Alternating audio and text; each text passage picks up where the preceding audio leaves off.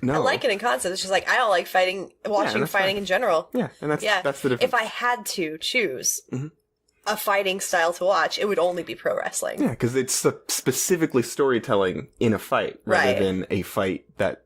Or potentially just like regular wrestling, high school type wrestling, because no one's getting legitimately injured on the regular. Nobody's becoming a serial killer with brain injuries. Right. Because, like I said, no one who's a wrestling fan is like, it's a real contest between competitors. Yeah, I was really mean to my brother when he was a kid, and when he was young enough to believe in it, kind of like a Santa Claus situation. Yeah. Every kid who grew up loving pro wrestling probably went through a phase. I did. Mm-hmm. Yeah, or you get to I was believed so it a little bit. Him. I feel so bad about it. Sorry, Joe, if you ever listen to this. I was a little bit longer believing, I think, because I tried so long to prove it was fake to myself. Mm-hmm. And being a kid with very poor logical reasoning, because I was a kid. Right. I didn't disprove it. So I was just like, maybe it's real. I was always like, not convinced, though. Right. And there's a little hope in there. Yeah, and then I convinced myself of dumb things. Like, I was like, oh, no, clearly it's fake because, like, before he hit the ground, he put his arms out. I was like, well, who wouldn't, though? Right. Kid logic. Right. But I was like, also, who wouldn't put their arms out if they're about to hit the ground? All right, well, you got there. I mean... yeah, it was fine. It took me a little longer, I think, because I was trying so hard to do it and I couldn't disprove it. Right. The same logic anybody who believes in a religion for bad reasons tends to have is, well, I haven't disproved it, so it must be true. It's right. Like, no. That is not logic. You can feel however you want. It's not the same as logic. Yeah. Great segue, though. Should we open up this thing? Yeah, if you're ready. I mean, I'm ready. All right.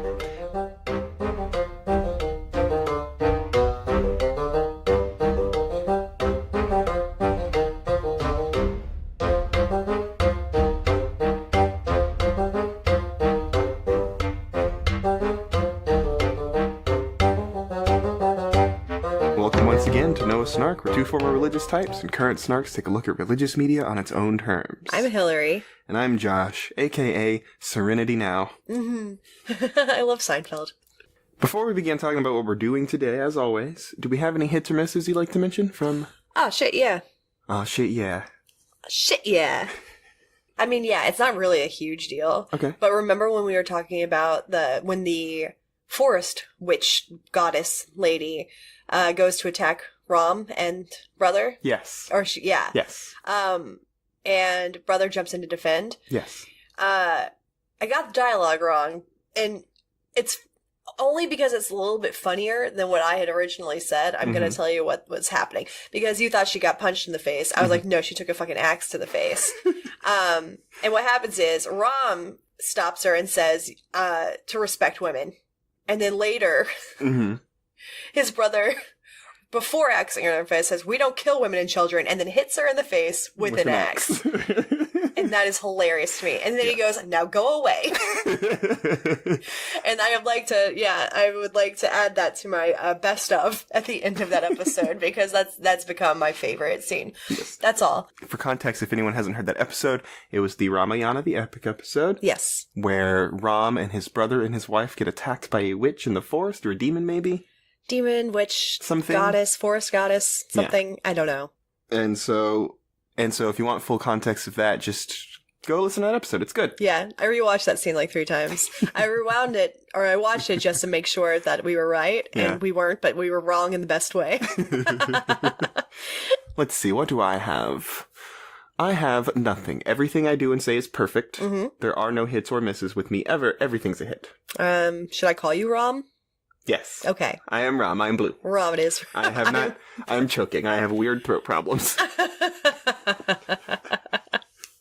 So, perfect segue, I think, to get into what we're doing today. Absolutely. Hillary, what are we doing today? We are doing an animated movie called Muhammad the Last Prophet. Right? It's right. Okay, I got it right. I didn't even look at it. This movie was made in 2002. Yes. It was directed by Richard Rich. I know. I discovered that after being like, wow, this looks a whole lot like 90s Disney mixed with like The Road to El Dorado and Prince of Thieves and all of those movies that came out. Mm-hmm. But no, it's even better. Richard Rich has been around forever. Yeah, he's made good movies. He directed Fox and the Hound. Black Cauldron. He wrote and directed Black Cauldron. Yeah. So, like, he's a legitimate talent. And this looks like it was made by a legitimate talent. Right. So I was very excited by the opening of this. To be like, oh my god, it looks good. I also very briefly want to mention that Richard Rich is a hilarious name for a man. It is. Like, really? As a child, he must have been called Richie Rich. Right. He must have. But Richie... Also, it could have actually really hurt him in his social status. Absolutely. There's no way that he didn't. Especially if he was poor. Oh, God. If he grew up poor, oof. Sorry, Rich. Pain leads to creativity, so it worked out. My first instinct as well was like, this is a legitimate director, legitimate writer who's good. Yeah. Not just like someone who's made work and it's been produced, but someone who's made quality work. Yes. Which we like as children and as adults. Fox and the Hound will make me cry every time. Every time. Haven't seen it in over a decade for that I haven't seen it in 20 years and I'm still like, oh. Just thinking about it. I should watch it again. Wasn't he involved in The Rescuers too? I don't know how, I don't think he wrote or directed it, but he was part of the production of a lot of them, including like Robin Hood, which is my favorite. Robin Hood was my favorite when I was 5. That's my number one favorite now. I have a distinct memory of daycare. Yeah. I don't remember anything about daycare except every day on movie time, I would always fight for Robin Hood. Always, every day. Did you guys get to vote on it? Was it a democracy? It was like a democracy. That must be hectic for the teachers. And sure, it worked out, but my choice every day was Robin Hood. Yeah. And sometimes we got Robin Hood, other times we did not, but... My favorite as a kid was Little Mermaid, Peter Pan, and Alice in Wonderland. Yeah. And as I get older, Robin Hood, I'm like, oh man, this film is a film. Yeah. This is a legit. The irony is I haven't seen Robin Hood since I was a kid. Oh, really? I should really watch it again. We really should. I watch it demi-regularly, like every other year or so. Okay, so let's get through this because the movie's long enough. It is long enough. We don't need to make it any longer. Let's not. So first, let's describe this movie in one sentence. Fuck. We do this every goddamn week. Well, let me get mine out of the way, see if it spurs you. Okay. My one sentence is, a movie created by a legitimately talented team, hamstrung by the source material and absurd religious restrictions. Mm-hmm. Yes. Which is not a clever sentence, but it is an exact sentence. That is absolutely accurate. Cannot be argued. All right, if I were going to do this movie in one sentence, I would say a bullet-pointed Quran with zero charisma, zero character, zero interest. And when you say zero character, it's not necessarily personality. There's almost zero character. Right. Like, there's very few people who have personality. The main character we are not even allowed to see. Although I do think they handled that pretty well. It was cool kind of seeing things from his point of view. It could have been way worse. It could have been way worse. I thought it was handled as cleverly as it could be. Yes. Until I realized that there were 4 characters that could not be shown. And then I'm like, wait, which one's what? We'll talk about that later. We're going to talk about it. We're getting there. So, let's start just at the beginning. Mm-hmm. They warn us right away when the movie begins, in case we were worried about it, that the personage of Muhammad, peace be upon him, will not be shown. Mm-hmm. And so our first scene is in a marketplace area where a small child is leading a goat somewhere, but it was completely impossible for me to understand anything this kid said. I don't know if you had the same problem. It was a little girl? The little girl. Yeah, it was hard to understand her, and also the voice actress they got to play the little girl was playing a much younger girl than the animated character. Because the animated character looked like she was maybe like 10. Yeah. 9 or 10. Yeah. And the voice was for a 4-year-old. Yeah. So that was confusing. I was going to the marketplace. And I was like, I don't know anything. Very high-pitched. Yeah. Yeah.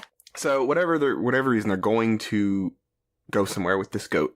And her parents come across a sickly old man who has finally made it to Mecca, which is the setting for the scene. Mm-hmm. And the girl's parents stop to help out this old, possibly dying man. And of course, the little girl is still eager to get to wherever they're going, but her dad quotes the Quran at her and tells her that they must give charity or they're no better than the people who used to rule this city. And of course, this is the impetus to give us the history lesson that flashback scene. Yes. Apparently, it's a flashback scene to like 40 years ago, by the way. Maybe 40, like 20 to 40 years ago. Right. It was back when Muhammad first started his teachings. But this character is one of the characters in his history lesson who was one of Muhammad's first followers. Right. So, and he's not super old. No. So this is at best, he's telling the story of his youth. It was before his child's time. Yeah. But yeah, basically the present day is not far off from the actual story we're hearing. And I'm not really complaining. It's just, it's rare to see like a historical event like this one be portrayed by someone like who was there 20 years ago. Right. Like you'd be like, your great-great-great-great-granddad passed this story on to me. This is how our family got their start. It's like, no, I was there. Kind of like how my parents' generation learned about World War II. Yeah. Just their dad talking about it. Yeah. But you typically don't make a movie where grandpa's just like reminiscing about, oh yes, I remember invading Normandy. 20 years ago, I almost died. Many times. But he's giving a history lesson, and so the screen fades out, and now we see old Mecca, and there's hundreds of idol gods scattered throughout the city. Idol because, of course, they're not Muhammad's god. And they're not moving. And they're not moving. They're literally idols. Yeah. Idols. And so, I didn't get it until you said that. I thought so. I hate you. So, a young man, who I believe is the dad in this case, is mugged by a couple of ruffians that he apparently owes money to. But he swipes the money back and he runs away. And of course, he's trying to feed his family here. He can't just let them take his money. No. Yeah. It's bullshit. But he escapes, and so we get to see scenes of the troubles that the other people in the city are having. And this is our introduction to... Agrabah. It's basically Agrabah. Yeah. And this is our introduction to more or less the bad guys of the story. Right. Because each of them are involved in sort of the ills of the city, if you look at it from a sort of devout perspective. Right. Okay. Right. From my perspective, I'm like, what's wrong? But from my perspective, I'm like, I'm going to watch Aladdin after this. Right. But from the devout Muslim perspective, it's like, this is all terrible. Well, I mean, you can't argue with the slave factor. The slave factor, yeah, you're right. I'm not arguing that. There's some poor people who are hungry, but then there are also fucking slaves. Right. There are poor people that are hungry. From anyone's point of view, yeah. One of the guys is trying to convince the various worshippers of the city to give generously to all of the idols that they are giving to, because of course he's the one who collects the money at the end of it. Right. There's, like she said, slavers, which is obviously not what I'm saying is not so much an Just issue. wanted to make sure you said that out loud. But then there's gamblers and like, whatever, it's just gambling. Gamblers gamble. Yeah. And there's speakers and fortune tellers, and I don't believe any of those things. Fortune telling No, is but they're fun. ridiculous. But I'm not They're going... so fun. And just as our main character is about to buy some bread, he's caught up by the same thug that was chasing him, and he's punched in the head for his money. Literally punched right in the head. It's pretty serious. But the bad guys of town, the gamblers and the slavers and all of that, they meet up and they conspire on how they can take advantage of the various pilgrims that come to the city. Apparently further advantage, because they're literally already doing that by having these idols set up. And they're bad guys, because one, they have ridiculous facial hair. Yes. And two, they talk in that, like, miserly little voice, like, with their fingers all going wild. Yeah, anybody who's ever, like, played D&D or any RPGs and they have to be a character, it's your bad guy person when you tint your fingers. Yeah, evil fingers. And you sort of... Mr. Burns it. You Mr. Burns it. You're like, yes, I know what you're up to. Yeah, so we have a whole tent full of these guys. Yes. One guy tries to convince them all, sort of as a whole, to be less trash, but he's quickly dismissed by the others. And the last of those guys warns him that change can be dangerous. Now, the guy who was trying to tell them to be less trash, he is the uncle of Muhammad. And he's the oldest one, right? I think so. Yeah. He's also apparently... the leader-ish. He's sort of the leader of the bad guy group. Yeah. Despite not being a bad guy.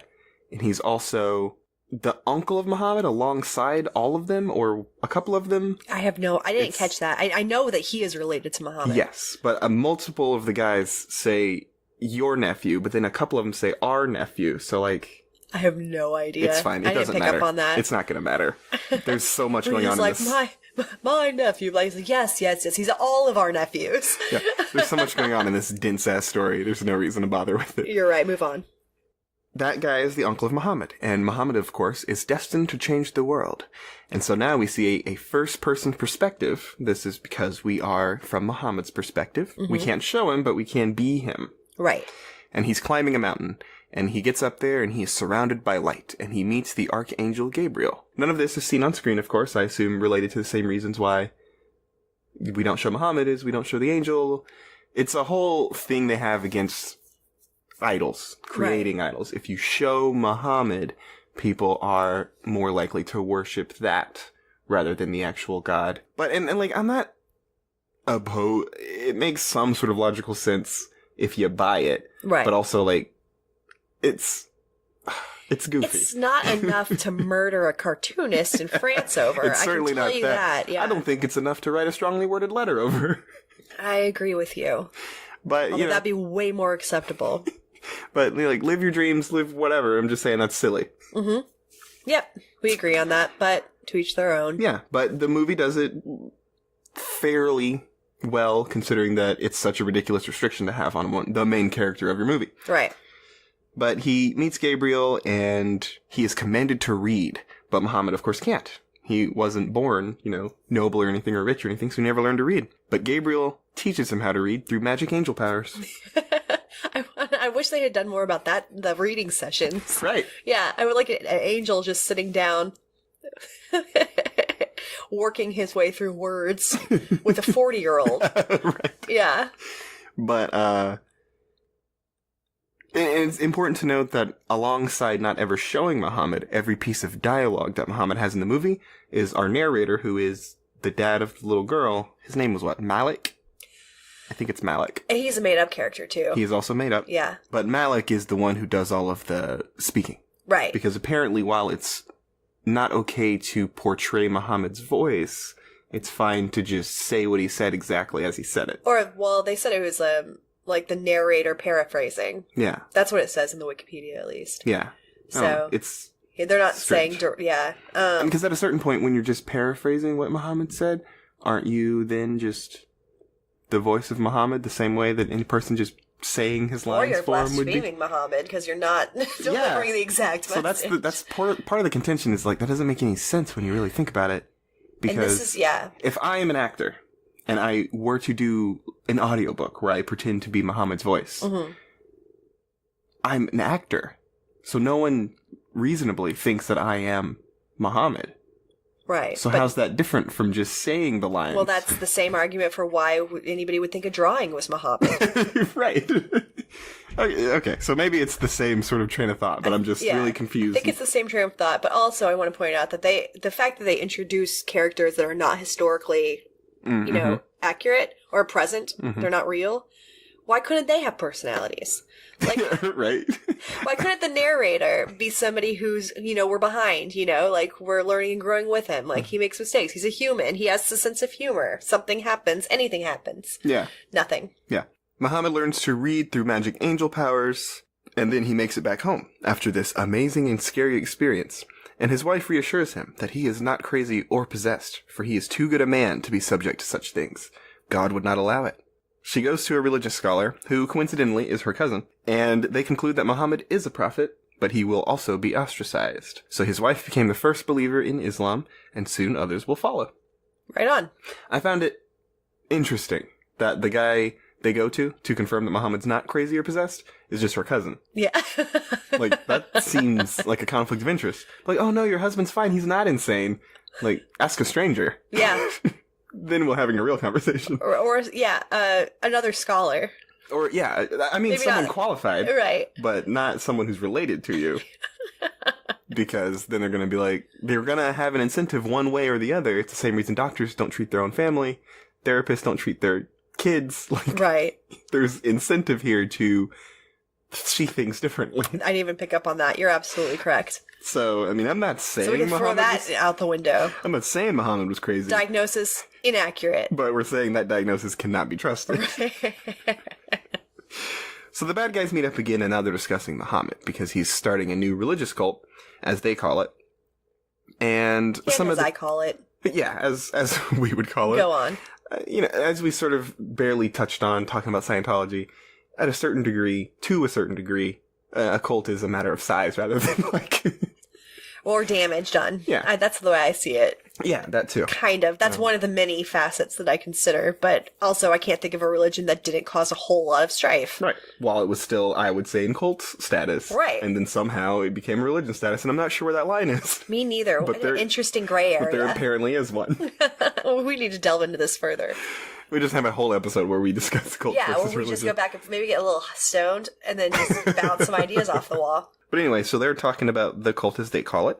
And some of the others blow it off as just, a bunch of weirdos doing weirdo meetings with doing weirdo things. It's fine. But the weirdo case eventually proves convincing. And he says that Muhammad's teachings, they're not particularly dangerous. and his followers are not men of power, so we're not concerned about this right now. It's just Muhammad. He's a nobody, and he's an honest guy, so he can't really be a threat to them.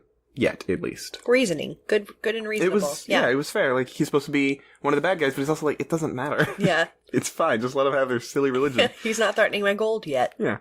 We are cutting to the first meeting of Muhammad trying to convert people. Mm-hmm. And this is where we realize... sneaking into that house? Yes. Okay. And this is where we fully realize that the narrator is the daughter of the goat girl from the first scene. In case there was any confusion, because for me there was... The daughter of the goat girl? Sorry, the father of the goat girl. That makes way more sense. Okay. Let me just do that again. No.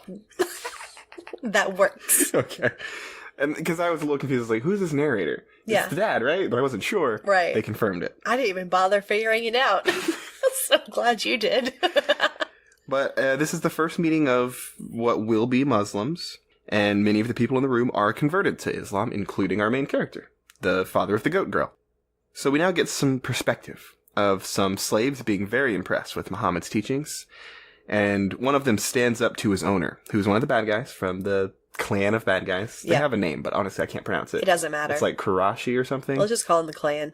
I'm gonna call them the baddies. Nope, the clan.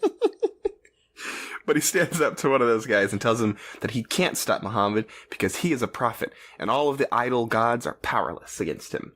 Part of the teachings, the ones that they go through in the movie at least, is that there is no God but Allah, or there's no God but God, I think they say. They say it both ways, yeah. Yeah, because they don't want to spook the Western audience for this movie.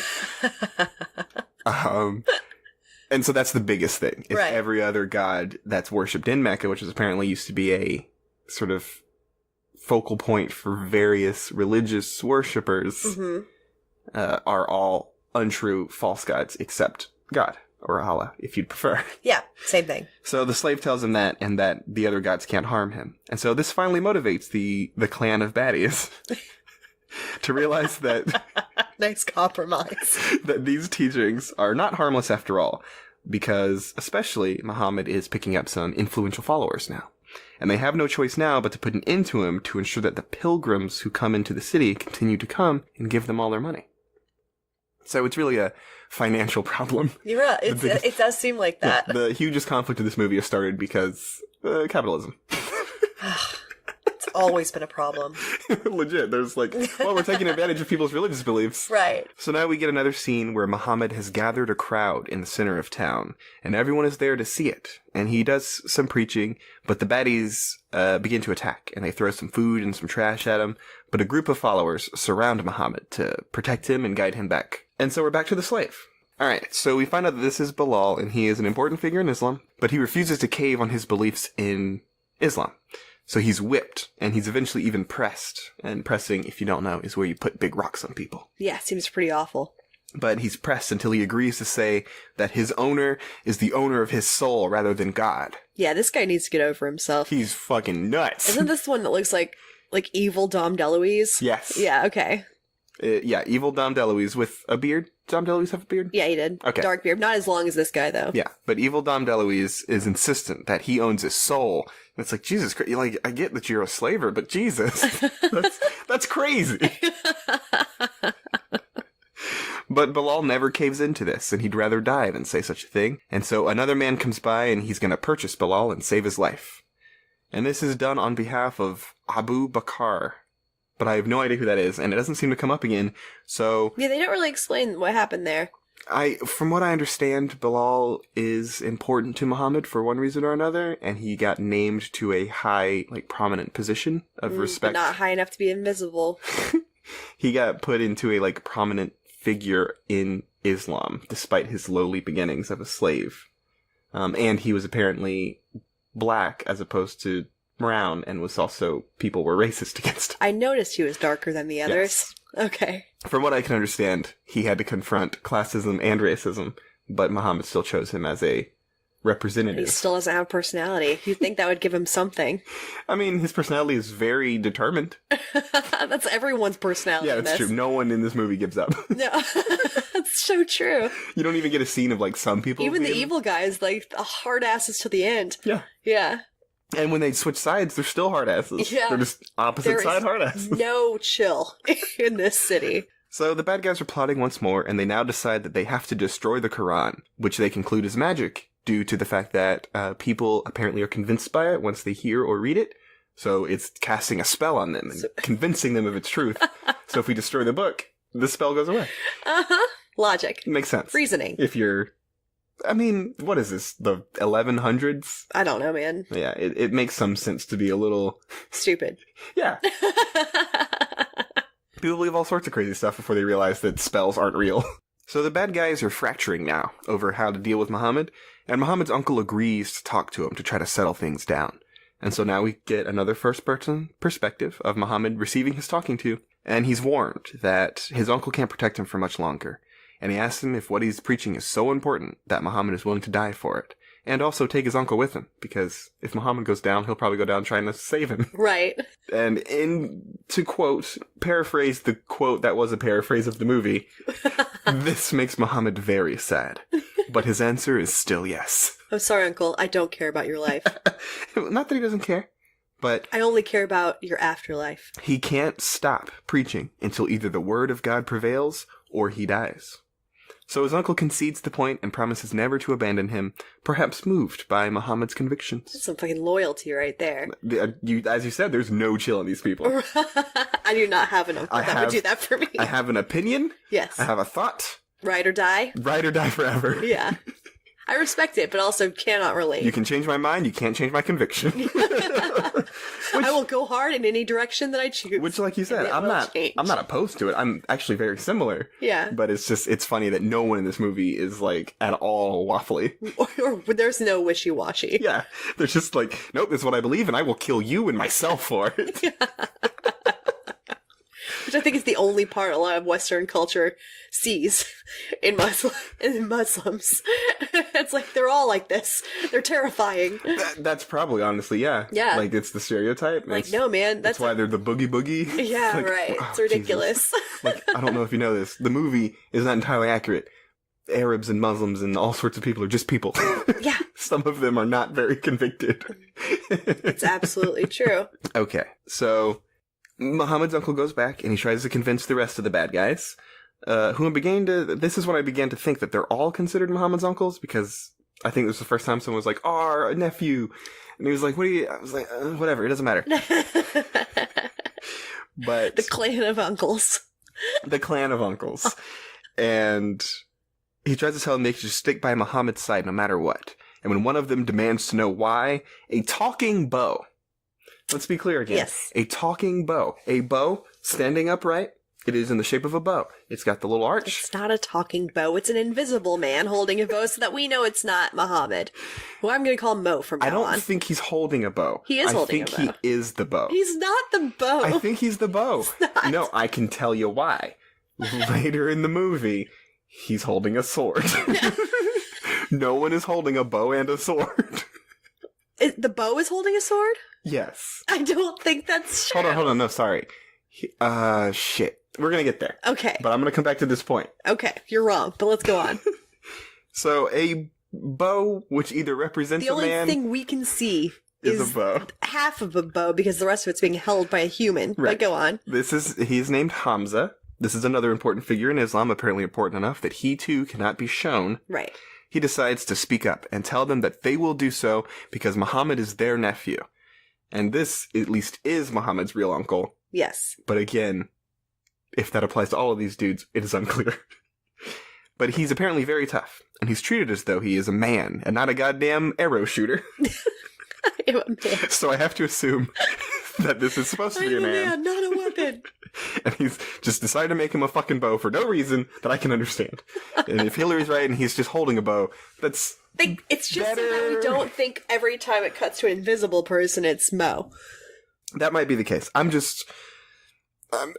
at this point was baffled, stunned, upset, shook. I was fucked up, man. Did you even write anything else, or did you just pass out? I passed out. There's nothing else to say. I gouged out my own eyes, and I just had to move on. So dramatic. It was so fucking weird.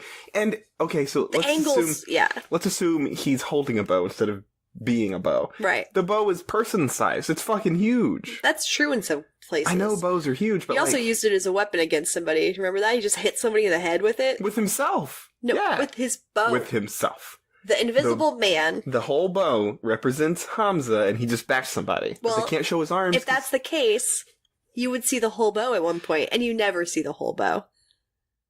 Yeah, maybe that's right. Okay. We'll have to settle it. I took prominent notes on Hamza because he was the most interesting thing for me. Yes. Because he's a bow. Or he's holding a bow. Either way, it was very upsetting. I am so sure of this. I will fight you, and I will fight to the death. Okay. Oh, now you're learning from the movie, I see. Yes. Okay, so let's go back to the bad guys. This time they catch Muhammad praying outside one of their temples. And this was the part, besides the bow man, that really upset me. Because they do a back and forth between an invisible Muhammad. Mm-hmm. It's not first person, I'm pretty certain. An invisible Muhammad and the angry man who's yelling at him and calling him names. Yeah. And so they're cutting to nothing. You're looking at the floor.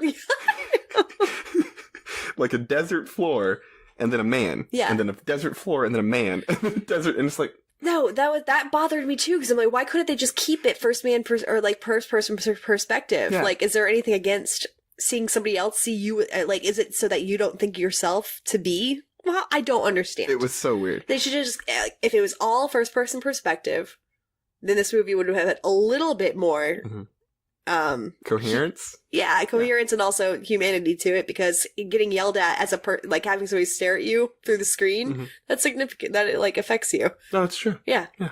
But he yells at him, he calls him names, and Hamza catches wind of this. And so a bow walks up to this guy, and he punches him in the face for insulting his nephew. Or he hits him with the bow, maybe. What's the name of the character it's supposed to be? Oh, I have no idea. I know two names. You said, it's Hamza. Hamza the bow. Okay, so can we just call him Bowman? Actually, every time in my notes I have Hamza written down, I'm pretty sure I say Hamza the fucking bow. Because I've not gotten over it yet. Oh, so Hamza the Bowman. Let's call him Hamza the Bowman. Bowman Hamza. Is upset because this man has insulted his nephew, so he punches him in the head, either with a bow or with his fist, represented by a bow. Now I'm picturing... I think I might be leaning into your side, because what if it's not a anthropomorphic bow? Or what if it's a dude with bows for arms?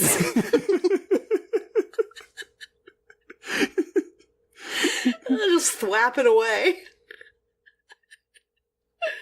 And he says, "How dare you insult my nephew and the prophet of my own religion?" And no one knew that Hamza was a follower of Islam, but he says he is now, because he can feel the truth of Muhammad's words. So now, a bow converts to a religion led by an invisible man. Yep. That's a real thing that happens in this movie. Sucks that Muhammad's not one for healing like Jesus, otherwise he'd have normal man arms. Instead of bow arms. But the baddies aren't done yet, and they gather up the followers of Muhammad and try to make them deny Muhammad's teachings under penalty of death. So now we see the first martyrs for Islam, as they refuse to do such a terrible thing. Muhammad recommends that his followers who can should move to Abyssinia, because it is ruled by a nice Christian man who might just let them live in peace. So our main character joins this group, and we watch them journey to Abyssinia. And the bad guys decide to give chase and bring them back and punish them to show the others that rebellion will not be tolerated in Mecca. But they don't manage to get there. By the time they get to the beach, they've already taken off. And it's like, why would this exist? Edit it out. You should edit it out. You're the editor. I was talking to the guys who made the movie. Yes. But yes, I probably will too. It was a meaningless thing. But of course, despite the fact they couldn't catch the guys, they are not done though, because they intend to go to Abyssinia to bribe the ruler to turn over the Muslims, because they are the bad guys. For whatever reason. Sure, whatever. So now we get to the scene in Abyssinia, and I'm trying to get through this as quickly as possible. There's a lot of movie in this movie. There is a lot of movie, and I'm okay with you skipping around. So the king calls the Muslims over to speak for themselves, because it's pretty much openly. He's like, I'll give you this money if you'll give us those guys. Right. And they are commended to bow. You're really stuck on that character. They're committed to bow before the king of Abyssinia, but the Muslims refuse because they bow before no man, only their God. And so the king will allow it, because he only cares for how they behave before God. And so the representative makes the case. and they worship one God who commands them to care for others and be kind and charitable, because they one day will stand before God and answer for their deeds. So the king interprets this as a very similar message to the gospel of Jesus, but the Mecca guy insists that they don't think Jesus is divine at all. Just some guy. He's trying to convince them. Like, they don't even worship the same God as you. Just let me have him. And the Muslim repeats what he's been told. Jesus is a messenger of God, his word. He just does not believe he is God, as Christians do. Right. So the king says that their two beliefs seem mighty compatible, despite not quite being the same. So the Muslims have a friend in him now, and he wouldn't give them up even for a mountain of gold. I like this guy. The guy's cool. Yeah. But the scene was kind of meaningless. Correct. Because I'm going to be honest with you, this entire thing in Abyssinia doesn't seem to matter. I think it matters most, like we talked about a little bit earlier, to the palatability for Western culture. Yeah. I feel like this movie is trying to make it more... I don't think they're changing anything. I think actually, this could be beneficial. If this were a better movie, it would be good for Christians to watch, to see the overlap and the actual beliefs of Muslims, and how they actually do believe that Jesus exists and that they're worshiping the same God. Is just like a little bit of a difference, just like just like Jewish people. Yeah, or Jehovah's Witnesses, or Catholics. It's all just different branches off the same God. Mm-hmm. Yeah, because, I mean, how many Protestants do we have to deal with who think Catholics are not Christians because they worship Mary or whatever? I mean, you and how different is that? I don't have to experience that. But I do recognize that is an issue that's been around for a very long time, especially in Ireland. Yeah. Yeah. Okay. So, back in Mecca, the bad guys have lost another influential figure to the magic of the Quran. So they have a new plan. Keep all the Muslims in the city and make it illegal for anyone to associate with them at all, making them untouchable. So we get a montage of Muslims being rejected by everyone else until they all decide to leave. And they take up residence on a nearby hill in the desert. And they're under guard, so they can't actually leave the region. And head to Abyssinia where they're safe. They have to stick around here. This is part of why the Abyssinia scene in the movie, besides what you said, makes some sense. Right. Is pointless otherwise. It's narratively meaningless because, okay, some people escape to Abyssinia, you never hear from them again. Yeah, you're right. Nothing happens. It's just... And if they'd made a bigger scene of it, or like you said, it was a better movie, it would be a really crucial moment. It's just like what happened with Ramayan. Like, exactly. They're cherry picking the different stories, all from the same, that they make sense because they go in order of what they believe to be historical facts, but they forget to put a through line of storyline or like, interesting right. movie making. Exactly. There needs to be a beginning, climax, and end, and that does not happen.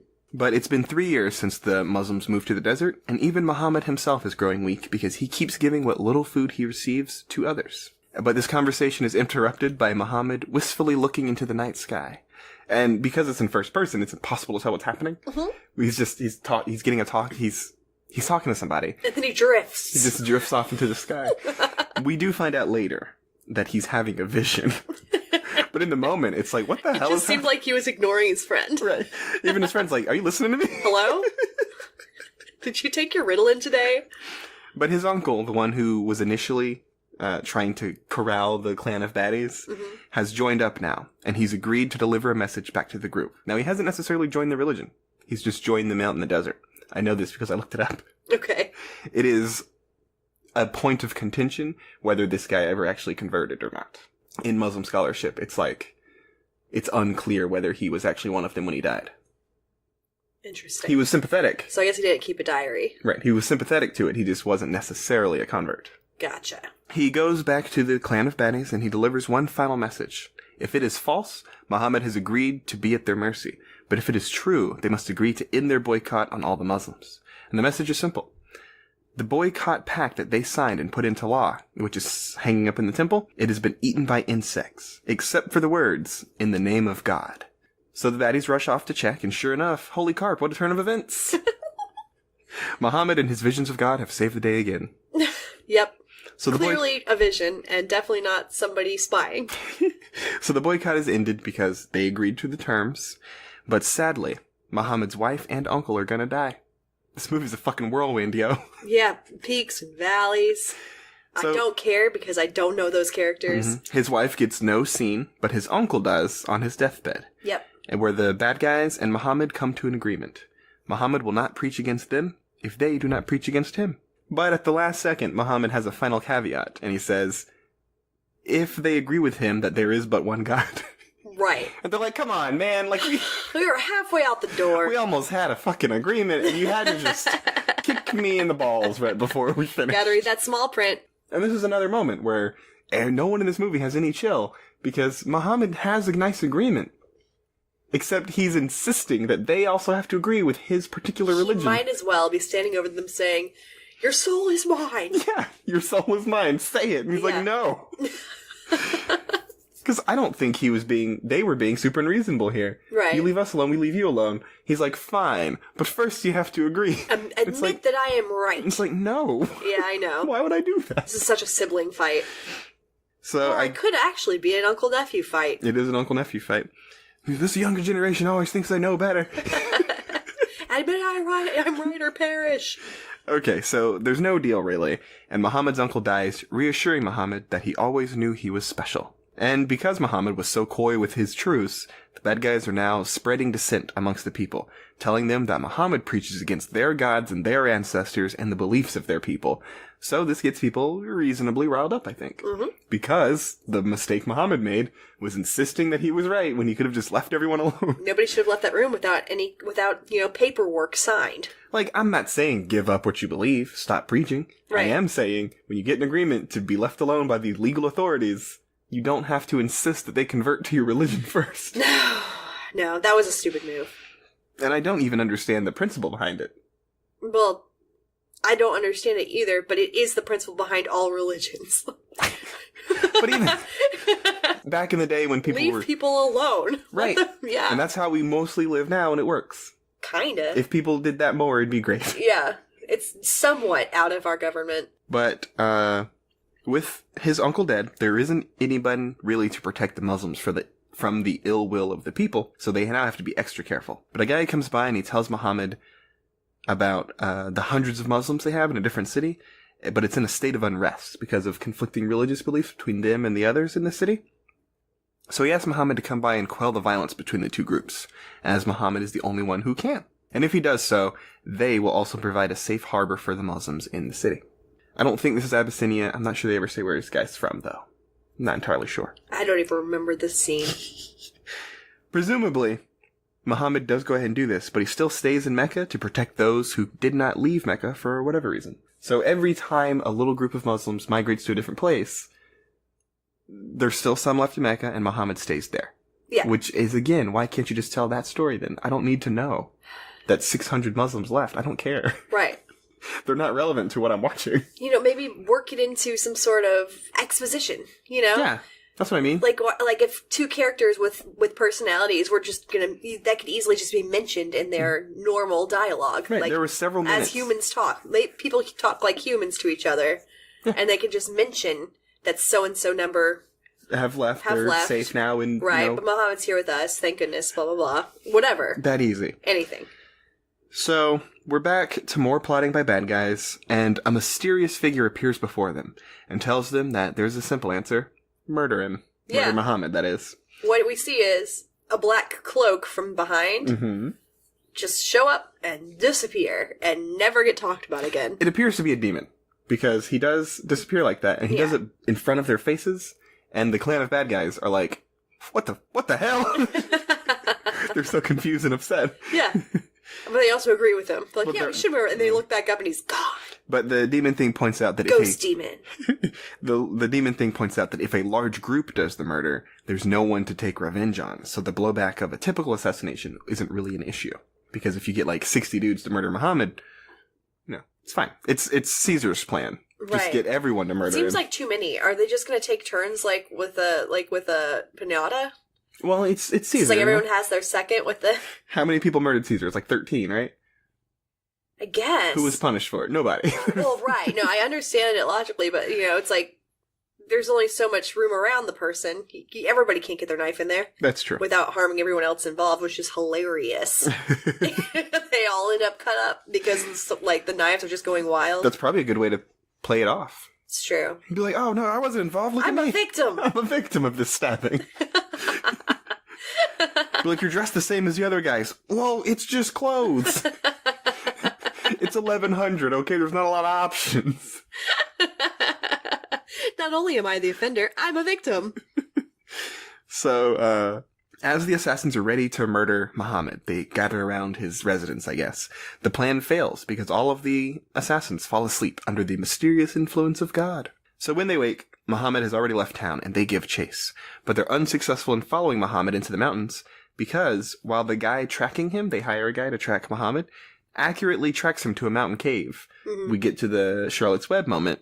Yes. Where the cave he leads them to has a spider web right over the front of it. Right. And that spider built real quickly overnight. So, of course, Muhammad couldn't be inside because the web is still intact. So they don't even bother going inside the cave to look. I mean, it's pretty quality police work for that time period. It's not a bad if magic idea. Weren't against them. Yeah, I mean, I'm not saying it's an unreasonable conclusion. Right. I am saying you can still look. You could still look. Like, well, I don't want to mess with that spider web, well, so... No spider point. webs are sticky. No point in looking inside. It's true. I also respect spider webs, and I do feel really bad when I destroy one.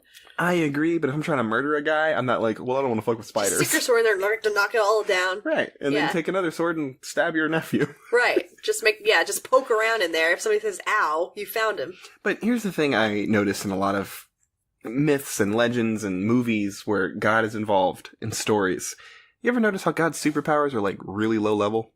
Yeah, like, you mean almost non-existent? Yeah. Yeah. Because it's effective in this case, sure, but it's super unimpressive. Like, a magician could pull off a trick like this. Right. Except they're not going to claim to be God. Right. Someone with a pet spider that they've been training for years could do this. Or, literally, like, I saw a trick on Fool Us. Penn and Teller's Fool Us. They get magicians to do a trick they can't figure out. He has Penn sign a leaf. Maple leaf. Mm-hmm. He gets a bottle. He takes it back to the stage. He shows it.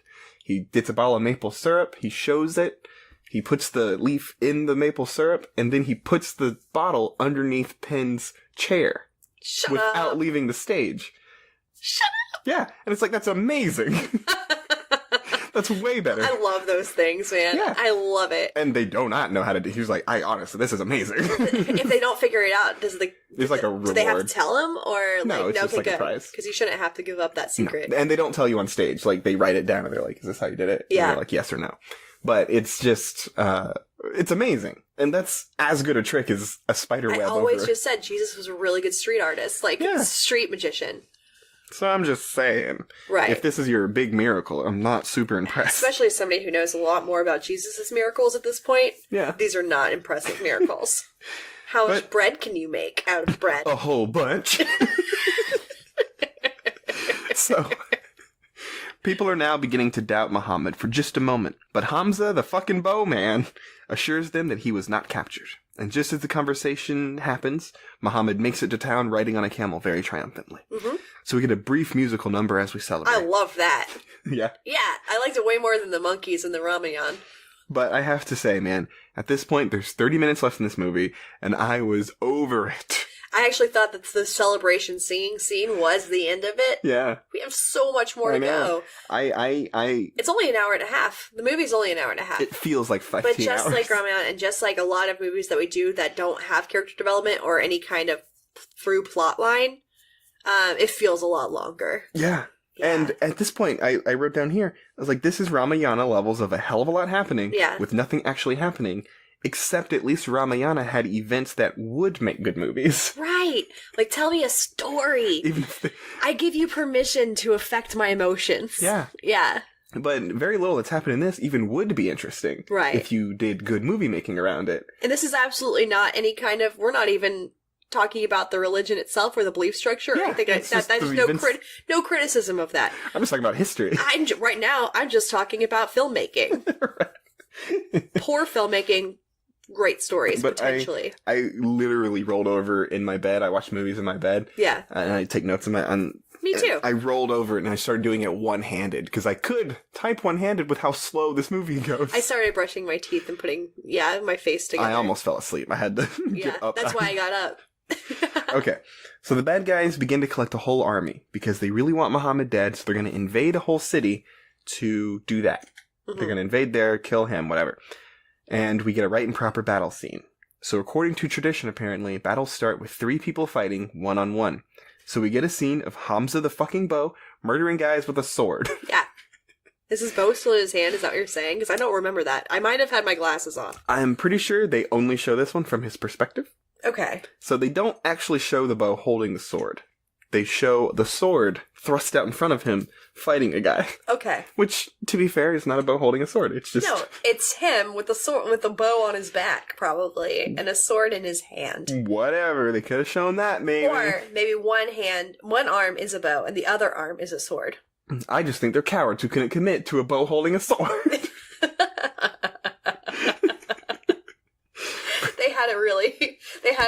They hadn't mastered that Disney level of objects with no hands that can hold things. Yeah. Yeah. So he crushes the bad guys and the battle starts proper and everything except the two people, have you noticed this? The two people in the center of the camera during the battle are completely obscured. Like there's a focal point and it sort of shifts a little bit, but everything else is sort of... I did notice that. Super blurry. Right. It's as if somebody was wearing really tiny glasses. Everything else is in blurry periph. And so the good guys win, of course, and the movie's over, right? No. No, man. No, we have 2 more to go. Jeepers creepers. This was 5 minutes of the 30 we have left. Stick with us, guys. I don't know why. I'm telling you that just out of hope, I guess. So the bad guys double down on their army plan, and they get an even bigger one. So we're back to fighting a battle, and I'm having such a hard time paying attention. But the trick is here, they have a giant army. Yeah. So Muhammad and the rest of the Muslims cross over a canyon somehow, so that there's a big gap between the army and them. And so when they built that canyon real quick, too. Yeah, they made the canyon. That's what it was. And so when the battle starts... They don't even have shovels. I don't know how they did it. Yeah. They dig it with their hands. I don't know. But They're not filthy enough. This is not accurate.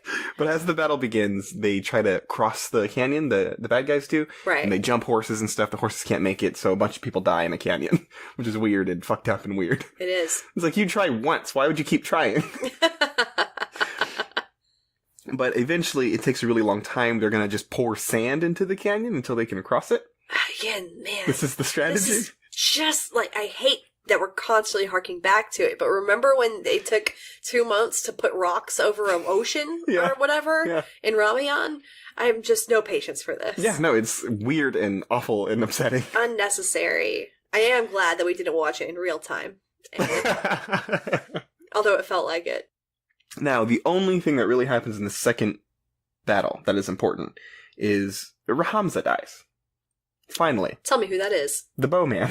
Oh, okay, thank you. I thought his name started with an H. Hamza. I thought you said Rahama. No, Hamza. Cool. Hamza the bowman finally dies, and so we see a sword fall to the ground with a bow on top of it. What if they gave him a Viking funeral and shot arrows into a boat with just a bow in it? But even in death, they don't have the courage to show that bow holding a sword. We show a sword this is gonna haunt you. Fall under a bow. I'm watching the veins in your brain pop out. It's true. I had a aneurysm watching this movie. Awesome. Another important factor is that Muhammad got hit in the head really hard. He was badly wounded. Again, we just see a rock bounce off of Invisible Man's head. Right. But they're like, oh, Muhammad is dead. And they're like, he's not dead. He's just really badly hurt. So, despite the clever plan of the canyon crossing, the bad guys have won this one. Except one guy is still very concerned because Muhammad is alive. So we're going to get a third battle, and we do. Muhammad eventually recovers. It's just really... Blah, blah, blah. Skip ahead. So, there's another clever plan. Oh, shit. What? All that stuff about the canyon, that's the third battle. I was wrong. This is just a regular second battle where Hamza died and Muhammad got hurt. Cool. Skip ahead. Oh, I am. Past that ditch digging. Yes. But after that battle, where they do win because of the canyon plan, right? They sign a treaty with the bad clan guys, and it's finally peace. And a few of those guys even convert to Islam. Yeah, and there's another little celebration scene, right? And you think it's over. But there's not, because what happens is one of the bad guys, breaks the treaty with the for peace, and they attack the Muslims. When will history end? So a lot of Muslims die, and this also gives the Muhammad and the rest of the Muslims the motivation to go back to Mecca to secure it for themselves. And this time, they have the bigger army, and the leadership of the former bad guys who were effective leaders, but now they're under the protection of God. So beware. Coming for you, Mecca.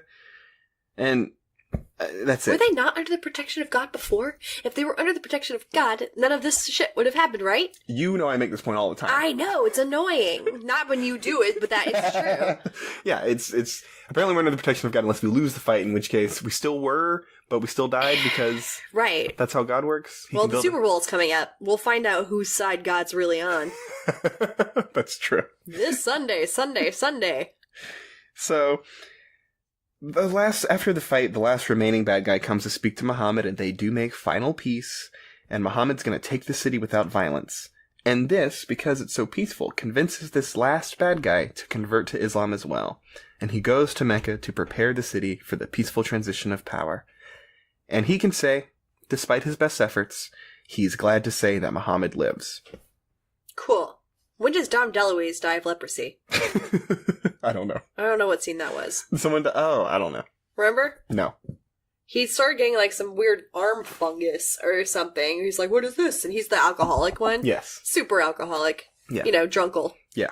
And then he cries out for help, which I thought that because they were like, help everyone no matter what, that they were going to try to help him. But no, they walked straight away. Like, with the guy that he was talking to. Just like, peace out, fuck you. Yeah, I don't know. And then he, fell forward and died. If I missed that, I'm glad about it, because this movie fucking sucks. It is, yeah. Okay, so let's talk about the best and the worst of this movie, because it's finally over. Yay! What's the best? Whew. Oof. The best was, the fact that this was at least direct. Should we be applauding his direction because this movie has no direction? No. Well, at least it was done by an animator who can animate and who did some solid work before this. Yes. So. Okay. We can forgive Richie, right? Yeah. Sure. I'm grateful for the Fox in the Hound. I am grateful for it. That is all. Yeah, this was made and well the Black after. Cauldron. Yeah, this was made well after, so no, I will not forgive you. I just appreciate the things you did before. Absolutely. Okay, that's fine. That's your prerogative. What is your worst?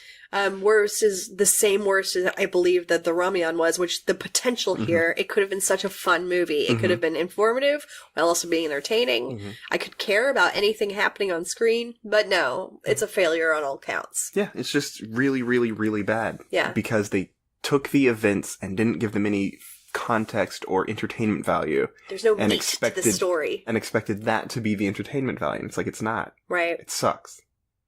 So my best and worst is the same thing. That's mine. Hamza the fucking Bowman.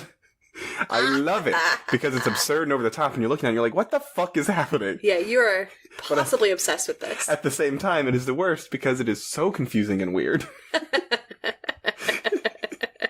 Besides the times Muhammad is invisible versus first person, besides... I think you lost a lot of perspective when that character came on scene.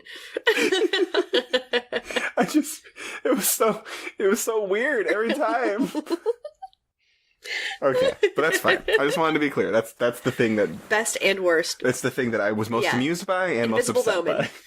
So, do you have anything that's like this that people should watch instead of this? Because they should not watch this. The entire filmography of Disney. Okay. Yeah. But specifically Robin Hood. Okay. Has nothing to do with this movie whatsoever. That's fine. Except there's a bow involved. There's animation. It's overwhelmingly like this. There's bows. It's animation. My response is nothing is like this. Nothing. Go watch fucking Ten Commandments or something. Prince of Egypt is like this-ish, but better. Yeah, it's about Moses, though, see? Yeah, no, but they believe in Moses. That's true. Yeah. Well, they believe in Jesus, too. That's like saying every... No, but like Moses is somebody that they, revere. Yeah. So... That's fair. Go a little further back in Muslim belief structure and watch Moses and the Prince of Egypt. Yeah. Do it. Hey, Josh. Huh? What are we doing next week? Ooh, here's an excellent time to find out. Oh my gosh, it is a thing called God Friended Me. That's the TV show that just came out, isn't it? All right, I'll watch this. This is modern. Modern, new. Yeah. 2018.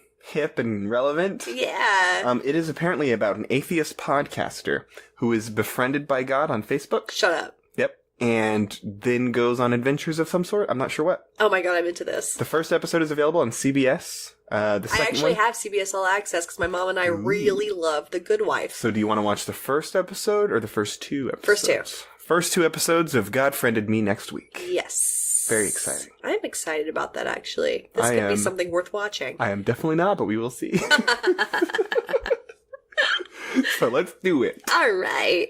And remember, if you like the show, please give us a 5-star review on whatever podcast app or service you are using, and tell your friends about us any way that you can. Links to everything are in the description of this episode. The little flopper of wherever you're watching this. I'm gonna do that again. I fucked up real bad. I really enjoyed that, though. What's a flopper? I don't know. Go on. Links to everything are in the description of this episode. You know, the little flopper, wherever you're listening to this. Uh-huh.